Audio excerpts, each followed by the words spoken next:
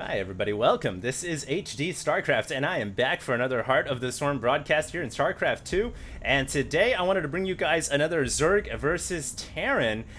This is going to be Goswer or Goswer user down in the bottom right-hand corner of the map, and he is going to be playing up against Lucifron, the blue Terran player in the bottom left. And Lucifron has been a player that I've been keeping an eye on lately. He has been doing very, very well throughout mostly DreamHack, going very far. And if you guys didn't know, he is the brother of Vortex. And for some time, many considered Vortex actually to be, I guess you could say, the better brother. But Lucifron has really stepped up his game, and very excited here. I'm told this game is really good. I'll be casting just this one out of the set, and this is, I believe, from Asus ROG. So strap yourselves in, guys. This is going to be a TVZ, and I'm told this is going to be an exciting one. So Lucifron is going to be going up with the supply depot here. We already have the Overlord already going in the correct direction for Goswer user, going towards the bottom left-hand corner of the map. And as always, guys, if you guys have any sweet replays you'd like for me to cast, feel free to send them in to hdreplays@gmail.com, and of course I will take a look at it. And always try to leave a description too. It always makes my job easier, because if it's a good game, tell me who the players are, and a little bit of a description of what happens, I guess. So yeah, I'll be looking for that. And we do have a hatchery coming up here for Goswer user, and it looks like he's going to be sending another Overlord to the top right-hand corner of the map. There's actually been a lot of replays that have been coming out from Asus ROG and the RSL that I've been wanting to take a look at. A lot of top players have been playing too, so I might cast a set or two here or there, instead of picking hand-selecting replays as well, just to get you guys some more videos for those of you guys who want to watch an entire series. So yeah, that'll be on the calendar, I guess you could say. I know I've been taking a couple of days off here. So anyways, we do have the supply depot, the SCV, making its way over to the bottom right-hand corner of the map. Hatchery already coming down here for Goswer user. And the thing here is the, he is an American Zerg, Lucifron obviously from Europe. The thing here is, the play styles for North America and Europe tend to stay very similar, as the player pool there is very much shared. Korea kind of usually has their own different play style. And both of these players, I feel like typically are Lucifron, I know, is very much a macro style player, as most Terrans are. Goswer user, I know, can get tricky as well. He can get tricky, but I'm really interested to see how this is going to play out. This is going to be two players that have obviously had a lot of practice against each other, and they're playing for something here in this tournament. So we do have that SCV hiding inside the Zerg main base. And I don't think he's gonna, I mean, this would be tricky. If you were to build like a factory or something here, that would be kind of crazy. But at the same time, it's so risky. I don't think he's going to do it. And he is going to just send that SCV down into the Zerg main base. And I guess it was just hiding up there as a delayed scout, because if you bring the SCV in and you start going around the creep, there's going to be a queen there. There most likely will be Zerglings, a very high probability of there being Zerglings. That SCV won't survive for very long. But the way Lucifron kind of did that is he was able to send it in, and he saw the gas. And like I said many times before, a lot of times when you see a Zerg player going for gas early on, you gotta keep your radar out. If you're Terran for early aggression, it's something that they can do. And it isn't always necessarily the case. Sometimes Zergs can get that gas for speed, for map control. But in this situation, it looks like Goswer user is going to be going for a Roach Warren now. Is he going to be pumping out a ton of roaches and trying to break down the front door of Lucifron, is the question here. And Lucifron, it looks like he is going to be coming over here with another SCV. He wants to find out what's going on. And I don't know if this SCV is going to be able to see the Roach Horn, in all honesty, because there's a queen that's going to soften it up, and then the second queen is going to come in and it's going to finish it off.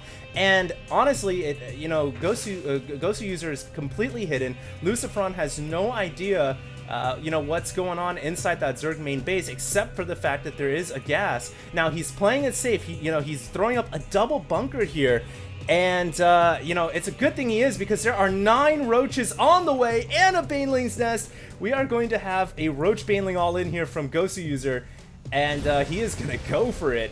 And will Lucifron be prepared for this? He needs to get more buildings up here. He needs to build another supply depot, finish off that wall. And if he knew that this was coming, he would obviously build probably. I mean, he canceled his bunker. He salvaged his bunker. You know, if he knew this was coming, he'd probably build another bunker, barracks up the wall, really fortify it. But he has no idea because these two Zerglings have been used to pull the Hellions away from the front door, and so these roaches are not going to be seen until the very last second. And now Lucifron is in a lot of trouble. He's going to have to build up bunkers. He's going to have to erect the supply depot wall. He's going to actually leave the Hellions outside, I guess, but he should really pull them behind the wall here, bring SCVs up. There are Banelings coming now, and Ghost User is obviously going to wait for these Banelings to take out the bunker. And remember, from the splash, usually the supply depots will go down as well. 6 Banelings is just enough to finish this off with the roaches and Zerglings as well. He's going to soften it up first with these roaches. The bunker is quickly repaired though, and so will these Banelings have enough firepower? They will, and it looks like the SCV is now going to have to get out of the way. A lot of Marines going down right now, but the bunkers come up. The last second bunkers coming up here in the nick of time, and a few Marines hopping inside. More SCVs coming out to repair the bunker. It might just be enough here. Ghost User though has to commit to this. He's going to try to go up into the main base here, but his roaches have taken a lot of damage already. He does have the high ground. He's going to be able to do some damage to these Hellions, but going to continue to pull away from these SCVs as more Marines coming out of the train barracks here, and SCVs also coming out. It looks like 13 have gone down already, so Ghost User, even should he lose all of his roaches here, I think he's done enough damage. 13 SCVs have fallen, and more Zerglings are coming in as well, leaking on through that hole in the wall. Zergling is now going to try to take out these Marines, but there are a few Hellions here. One Hellion in the red has gotten 8 kills already, and it looks like Lucifron is going to hang on just barely by the skin of his teeth.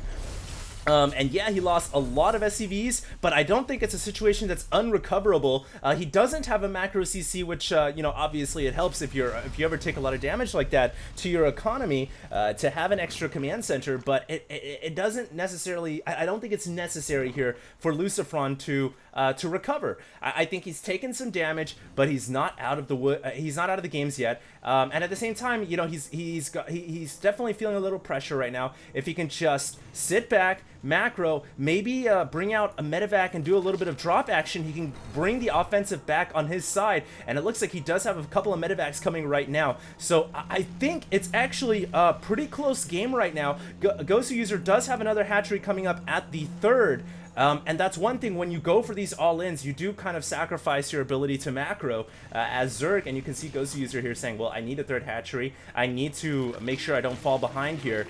And actually, I'm looking at the supplies here. It is 77 to 78. So, in fact, if anything, Lucifron might be pulling ahead a little bit right now, as really Ghost User committed to that all-in, but struggling here to, you know, transition into a standard game because of really the damage, the kind of the self-inflicted damage he's done by going for this build. But now he is going for a Spire, and Spire, not a bad strategy at all, because mutas are very effective. You can get those out, but it looks like there is going to be an attack here from Lucifron. Will Ghost User have enough roaches and banelings to hold this off? No. Without baneling speed and without the creep, the Marines are just too quick when they're on drugs, and now it looks like Lucifron is going to go over to this 3rd hatchery. If this 3rd hatchery should fall, then Ghost User is going to be in a lot of trouble. Those banelings cannot get close because Lucifron is targeting them down. Very nice work right there from Lucifron. Going to continue to stay on top of those roaches and pushes them away, and now it's going to go into the hatchery, maybe able to take out this hatchery if he has enough firepower. But there is a lot of Zerg units now coming around the back, and it looks like these Marines are going to get surrounded. At the last second, Lucifron tries to save what he can, but most of the forces have gone down, and now Lucifron is going to try to do whatever damage he can do inside the main base. But really, more importantly, I think Lucifron is going to see this Spire, and he can go ahead and get some missile turrets or widow mines up. And really, even though he didn't do anything with this drop back into the Zerg main, I think the scout is probably more important than actually trying to do damage right here. He is going to be bringing in more forces, and it looks like Lucifron is not even really caring so much that Ghost User is going to be going for mutas, because I guess Lucifron here is thinking that, hey, you know, you don't have a 3rd hatchery, you don't have gas mining there. How many mutas can you possibly create after having made that many roaches and banelings? And you know, the answer to that is not many. There's only 3 mutas on the field right now. So Lucifron, I think, is going to be pretty comfortable allowing the Zerg to get some mutas in disguise. He's brought widow mines here to be offensive with them, and looks like he's about to finish up a +1/+1 upgrade as well. So this is going to be doing a lot of damage. Widow mine gets underground. 2 of them do, in fact. And Goswer User does have an Overseer here. He will be able to take out 1 mine. He takes out the 2nd mine as well. A third mine is back there, killing off all the Zerglings, and the Marines now pulling away behind the mine. Now going to be coming up the ramp. These Marines are about to finish +1/+1, so they're going to be much stronger than the Zerg forces, and this hatchery, I think, is going to go down. Lucifron just needs to do one stim, target it, and the hatchery will fall. Great job right there from Lucifron, and it's just a really good decision-making, I feel like. Playing that game of cat and mouse, waiting for the Zerg to kind of weaken up, soften up a little bit, and then pushing in and taking out that hatchery. Brilliant, brilliant work. And now he's pulled ahead in supply at 130.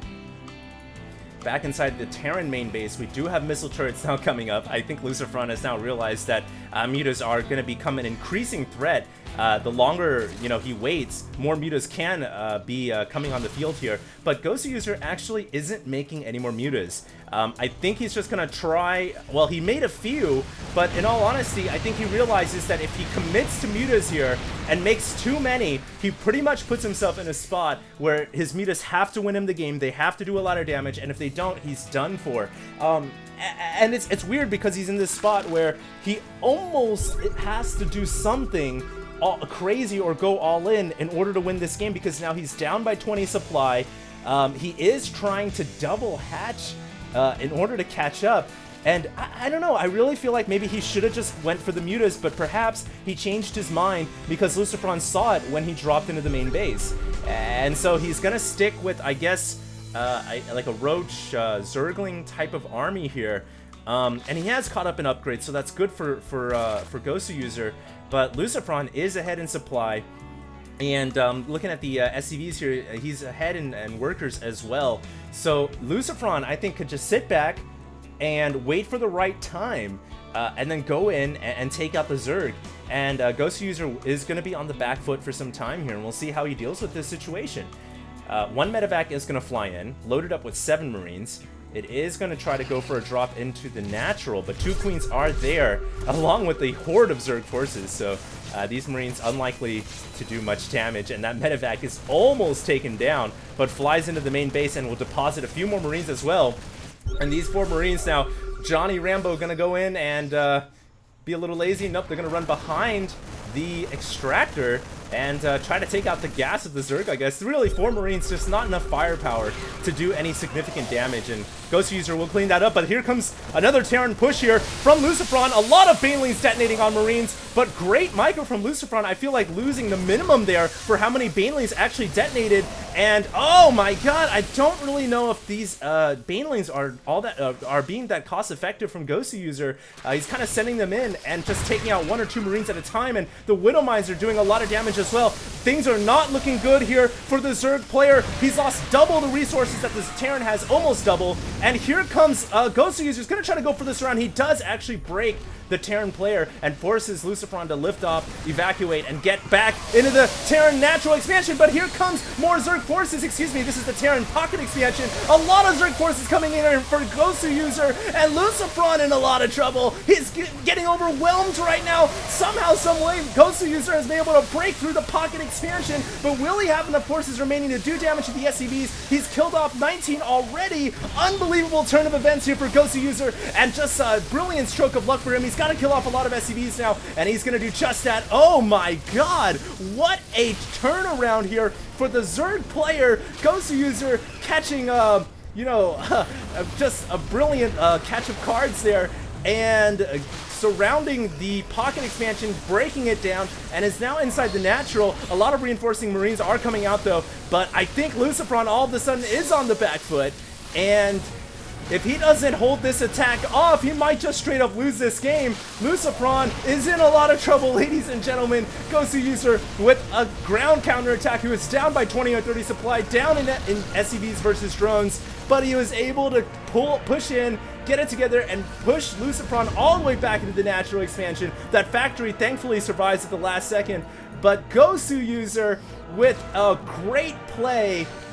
And now this game, I think the Zerg is on top of it now. What a move that was.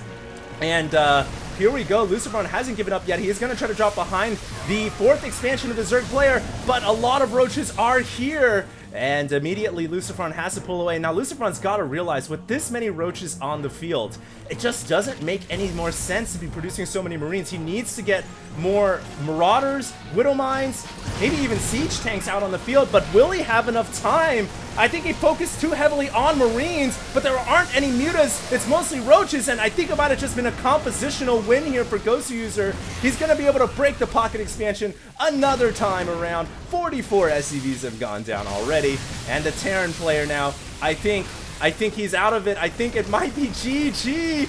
Goswer User, what a play, and he is going to push straight in, go for the win here. There are some Widow Mines underground, but he's got Overseers to detect them. And mine after mine now is falling. And Lucifron is going to hole up inside of his natural expansion once again, but he is really hurting right now. He's only at 87 supply. He's only got 2 bases. The Zerg has got 4 bases, ladies and gentlemen, and he's building 32 Zerglings and 13 Banelings. So this next wave from Goswer User, he's even got Queens here to repel the command center. But yeah, he's even got a bunch of Zerglings and Banelings coming here, and in the next couple of seconds, barring a miracle, I think Lucifron is done for, but he is going to try to make a hold here. He doesn't have a wall, but he's got Widow Mines. All his mines are doing so much damage, but is it enough? I don't think so. Too many roaches and Banelings are streaming in. GGWP is called. And Goswer User with the victory. Holy cow. That was incredible. And what a sick game that was. What a turnaround by Goswer User. I hope you guys enjoyed that game. And as always, check me out. I'm at YouTube, Facebook, and Twitter at HD Starcraft. I will see you guys in the next cast. And this is HD signing out.